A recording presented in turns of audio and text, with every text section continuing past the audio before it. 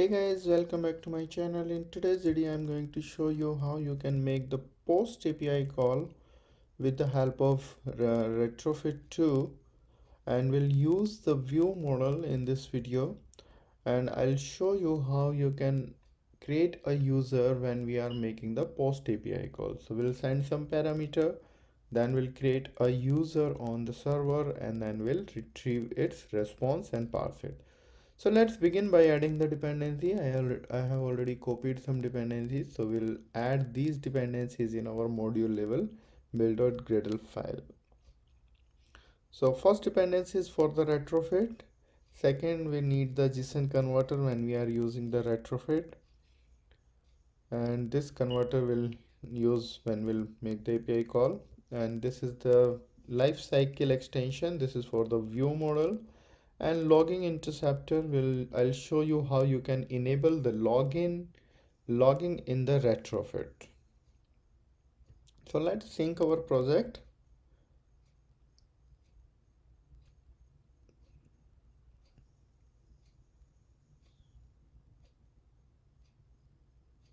So till the time our Gradle is syncing, let's create some files. So first file we need, where we'll be writing our logic for the retro instance. So let me give this file name as the retro instance. And in this class we'll be using a URL. We'll making a retrofit API call. We'll create a separate function which will return us the retro instance. So first thing, we need a URL. So I'm just defining a base URL here. So that URL is the https://gorest.co.in/public API. And as per the retrofit rule, the base URL should be end with /. So I'll show you this URL. So this is the some public API.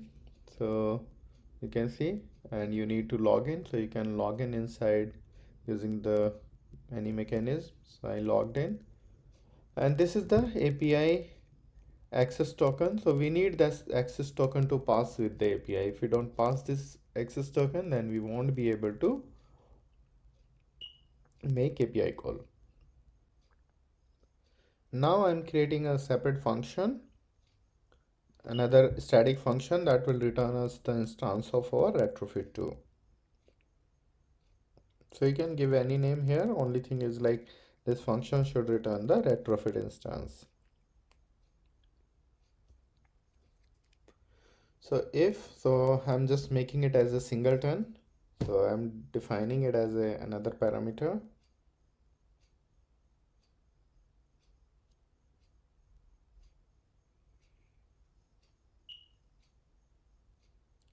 So when this instance is null, then we'll initialize it.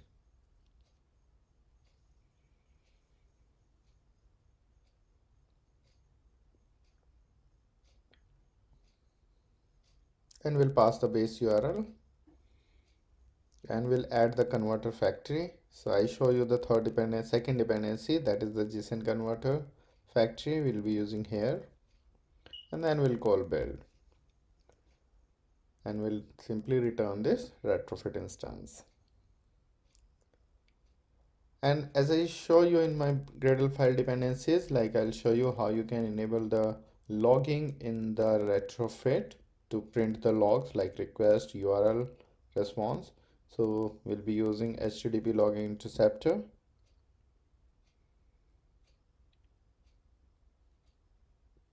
And we'll define its type. We'll set the label with this interceptor.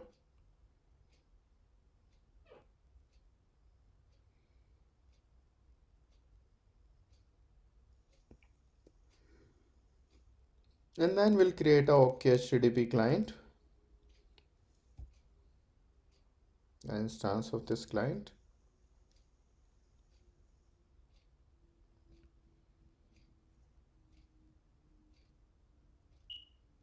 And we'll simply add this interceptor which we defined just above. And now we'll simply attach this OK HTTP client to our retrofit. That is, we'll pass the client here and then we'll add it. That's it. So these three lines can enable the logging inside your retrofit. Now when we use the retrofit, so we need an interface, that is a retro service interface. I'm giving a name as retro service interface. You can give any name. Inside this interface, we define a HTTP type. So as I mentioned, we'll make the post API call. So I'm defining is HTTP. And as I show you, we need to pass some headers like the access token. So I'm defining some headers here. And we need a function. We need to define a function and its return type. So this is going to be the call and some response type, and we'll give a function name as the create user. And this function need a body parameter, like some parameters to pass it to the server. So that will be certain kind of model class, but we'll complete this URL. So this post need to complete as a users. And headers, we need to pass three headers. One is accept, that is the accept type is application/JSON.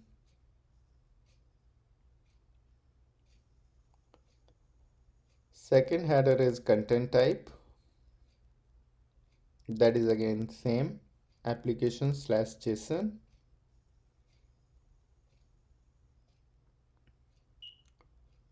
And third header we need to pass as the authorization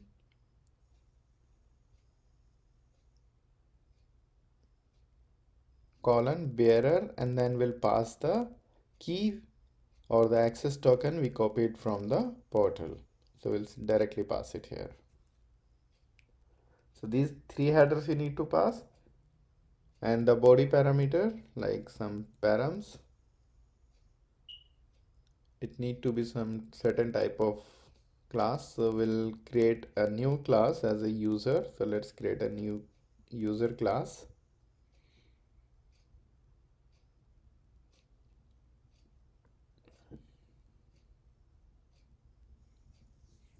And this is simple our model class, which will be having some variables like ID, name. This parameter we need to pass to the API call, email, status,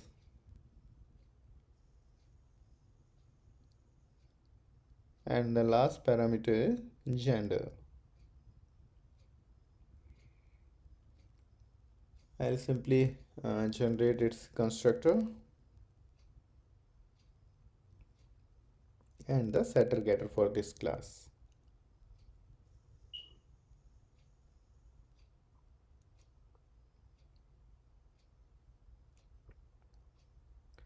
And with this param will already passing it, so we need here a response type as well. So let me create another data class or the model class. I am giving it as a name user response. That is also going to have some variables. We'll define it like int code string date meta, and this user data. So you must be thinking like from where I'm getting all this information. So let me show you this. All the API details are defined here. So if you see this is the response it's going to return. So we need to pass it, create user.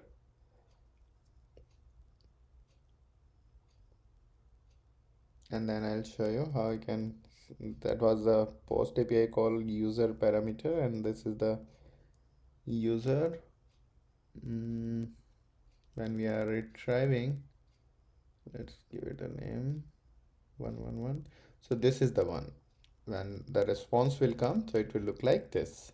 So code, meta, and the data.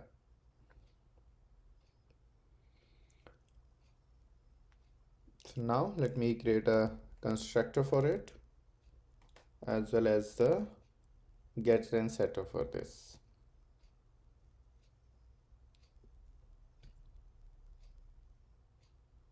Now we'll pass this class inside our interface. Here you go, and we'll call import RETROFIT2. That's it. So our interface is also ready. Now it's time to create our view model.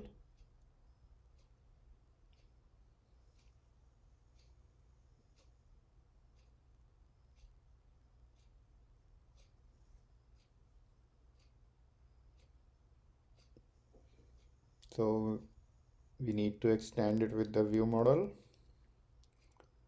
We'll define its constructor. So let me create its constructor first. And now we need to define a live data or mutable live data, which is going to be the user response type, because we'll be getting the response, holding the response inside this, and we can give any name.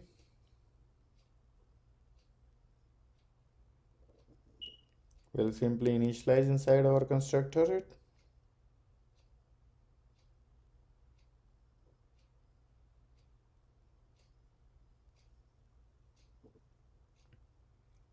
Now I'll create a separate function which is going to just return this mutable live data.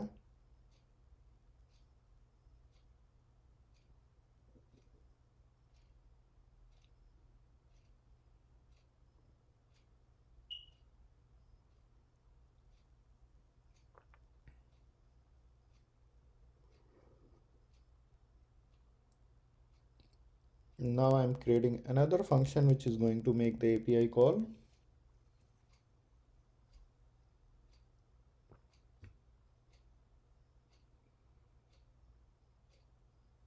So we need a retro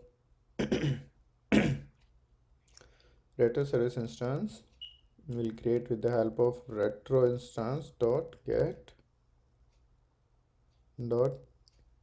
retro instance dot create, and then we'll pass our interface name, that is the retro service interface dot class.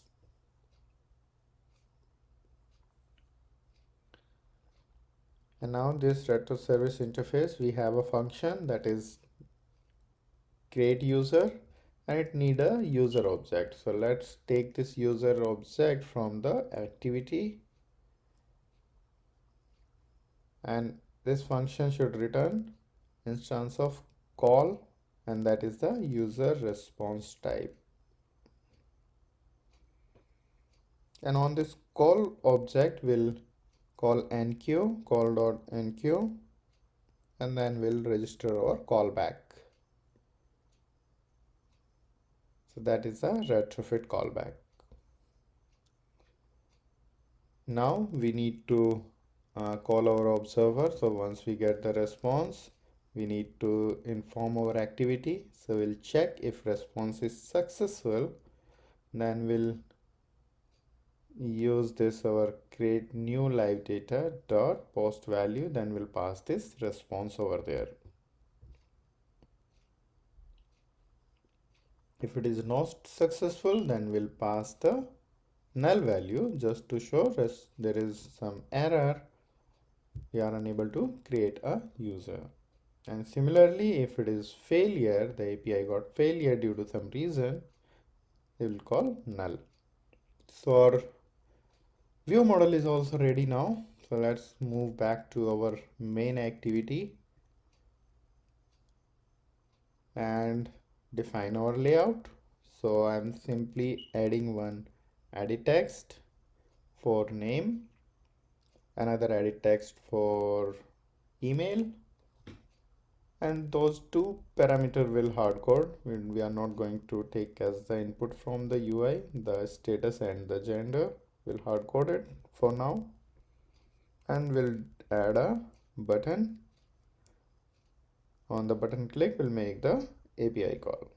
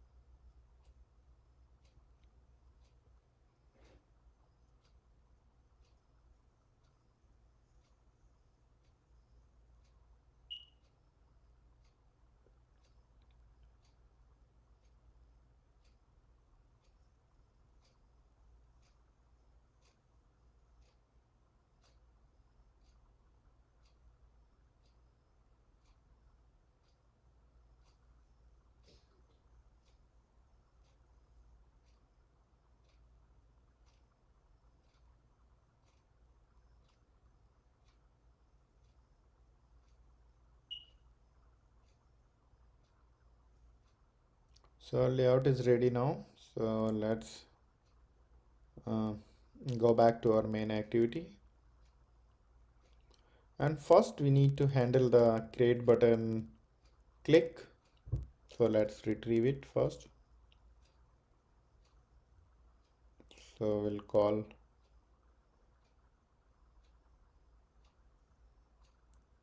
find view by ID. So with the help of find view by ID, we get the ID of our button. We initialize it this way, and then we'll set the click listener on this button. So this function we need to call set on click listener, then new view on click listener. And now we need to call a function on this on click. So let's define that function first.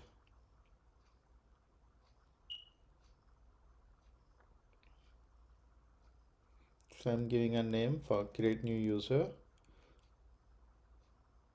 and here we'll be retrieving the value what user is entered inside our added text. So first value will be the name. So we'll use the same find view by ID, and we'll pass the ID of our edit text.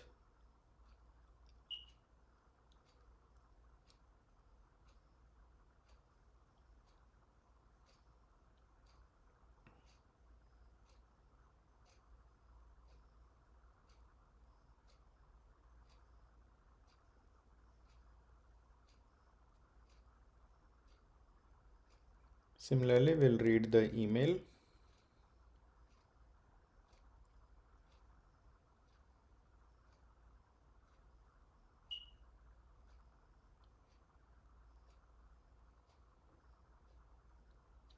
Now we'll build the user object. So first parameter is the ID. We don't need to pass ID. Let's leave it empty. Second parameter, we need a name. Third is email. And fourth parameter is the status. So let's hard code it for now. Last parameter is the gender. So I'm also hard coding that. Now we need to call the view model function. So first thing, we need to initialize our view model before we call any function of our view model. So let's call this function from our onCreate function, and this create new user from this on button click. And now here will be initialize our view model.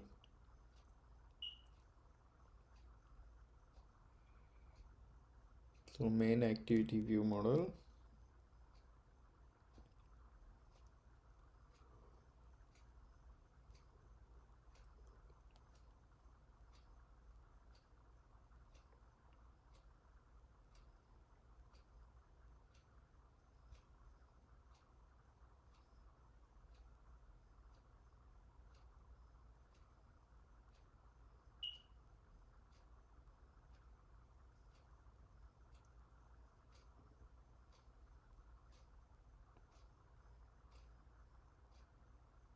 Now we'll simply get our observer, that is our live data.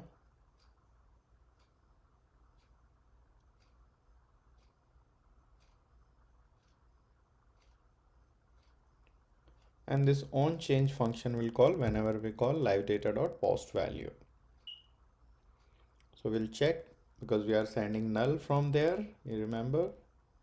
So from view model we are sending null if response is not success. If it is success, then we'll get the response. So in case of null, we'll show a toast message with a message. We can give any message just to know the user. So I'm giving fail to create a new user.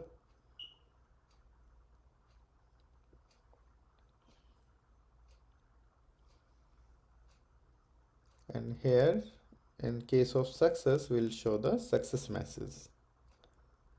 So successfully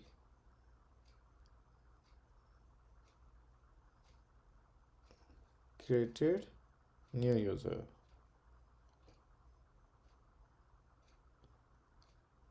And now let's define this view model as a global variable so that we can access it inside the create new user function, and we'll remove it from there so that we can call create new user and pass this user object. So our main activity is also ready now, but before we run our application, we need to complete one more step, that is our manifest file. So we need to add the internet permission.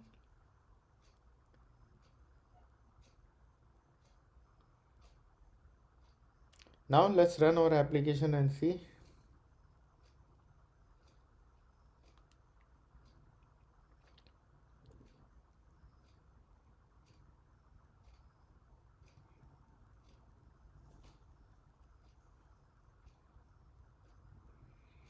So our application is launched successfully. Let me enter some data inside our name edit text.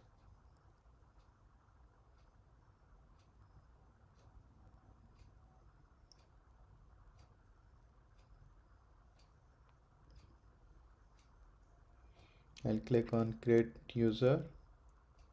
So you see toast successfully created user. So we are successfully able to create a new user. Let me show you in the logs.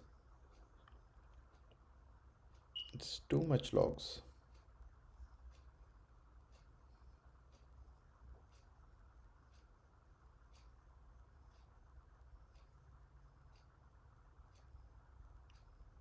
I think it's all gone. Let me create another user. I'm giving 1, 2, 3.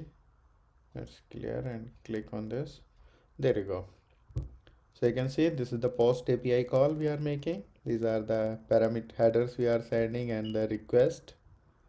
And this is the response code 200. And here is the location where data is stored. So this is the, I'll show you. You can see this is the data. It's been created inside our database. And now here is the response body. So you can see this response body inside our logs.